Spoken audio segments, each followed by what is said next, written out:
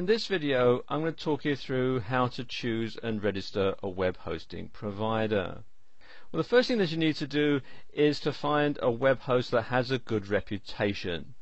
And to do that, you want to ask around, you want to look on marketing forums and web design forums and that sort of thing. And just simply ask around for recommendations, and people who have used a particular web hosting company and are happy with it will come forward and say, yes, you should go with this particular company.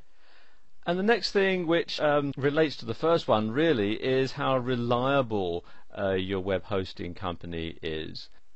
And then you want to see what the web hosting company offers. Do they just have sort of bog standard web hosting, or do they offer other things as well? Do they offer cPanel and Fantastico, for example? Will they let you run PHP scripts and host MySQL databases? What about the software that comes included? Do they have WordPress or Joomla or shopping carts and so on? All these considerations need to shape your decision. And then there's the operating system that the web hosting company runs their servers under. Most web hosting companies run Linux. Some offer Windows, some offer both. You might need Windows if you're going to run certain back office operations, for example. And then there's the scalability issue with your hosting company. Are they going to be there to let you grow your website as your business grows? And then there's the price. And whilst nobody really wants to pay more than they have to, when it comes to web hosting, you get what you pay for. And if it seems too good to be true, it probably is too good to be true. And that's all I think I really need to say on that subject. And then there's the customer support that your web hosting company offers. And this can be very, very important, because once your website's down, then you're losing money. So you need to get it sorted out as soon as possible. So you need to be able to get onto your web hosting company right away if there's a problem. So does your web hosting company offer 24-hour live chat, for example, so you can communicate with someone any time of the day or night? Do they have a toll-free number so that you can call them and speak to a real person and sort out the issue? Or do they just have an email help desk where you submit a ticket and they get round to answering it when they feel like it? All these sort of things had to be taken into consideration. And the final consideration is the server location, where the server is physically located. For 9 out of 10 people trading online, this doesn't really matter. You're trading internationally, and where your server is doesn't really come into it.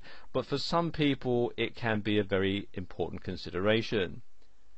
For example, if you run a website for an offline business and most of your customers are local, then it makes sense to have a web server, if not locally in the same town, certainly within the same country, simply because you can then avoid currency fluctuations because the bills will be in your local currency. And then there are the legal issues. Now, I'm not a lawyer, so I'm not going to go into a lot of detail about this, but do bear in mind that every country is different. There are some things that are perfectly legal to do in your home country that might get you sent to jail if you do them somewhere else.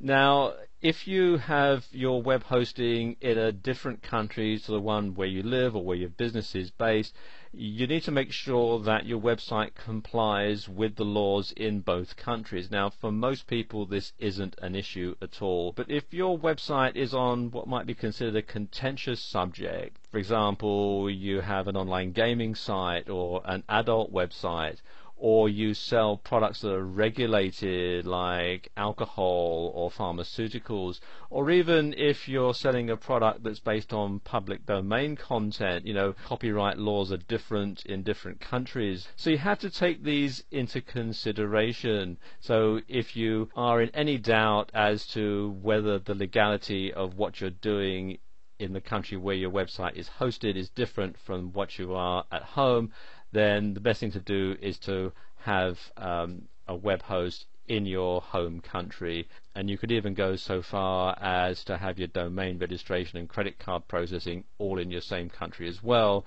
because then it just falls under one jurisdiction, and that's not legal advice, it's just common sense. And the final consideration is if you have your own server and you're just renting the rack space, then obviously you want to make sure that the data center isn't all that far away, so that if there is a problem you can get in your car and go down and sort it, or get your engineer to go down and sort it. So like I say, for 9 out of 10 people watching this video, location isn't going to be a problem, but if you're the 1 in 10 person, then it's something that you need to consider very carefully. Now, one company that has an excellent reputation and ticks a lot of the other boxes as well is HostGator, which you'll find here at hostgator.com. And it's very simple to sign up with HostGator, and as you can see, their prices aren't too bad either. What we do is come down to where it says View Web Hosting Plans, and it takes you to this page, and you can see the different hosting plans and also what you get with them. For example, they've got cPanel and MySQL databases and software like Joomla and WordPress and so on. So let's say I'm just starting out and I decide I want to go with their so-called Hatchling plan, which you can find here. All you have to do is click on the Order Now button. Takes you through to this page where you can either choose a domain name and HostGator will help you register it, or you can enter an existing domain name if you have one already. I already have one that I'm going to use, so I'm just going to enter it here. It's anothercompany.co.uk, and if you have a coupon code, you can enter it here. As you can see, at the time that I'm making this video, they have a special offer going, so it's already been automatically entered in. And then click to step 2, and this is basically where I put in all the billing information, the username and the security PIN number, and then I enter all my credit card information and so on, and then read the terms and conditions, of course, and then click on the button here to create my account. And what will happen next is HostGator will set this up for me, and then they'll send me an email which will have the name servers listed, and then what I'll do is change the name servers on my domain registrar so that they point to HostGator, and that's it. After, it can be up to an hour or so to get it all set up, but then I can simply log on to my website, log into my cPanel, start uploading all the data that I want to have on my website, and hey presto, I'm in business. It's that simple.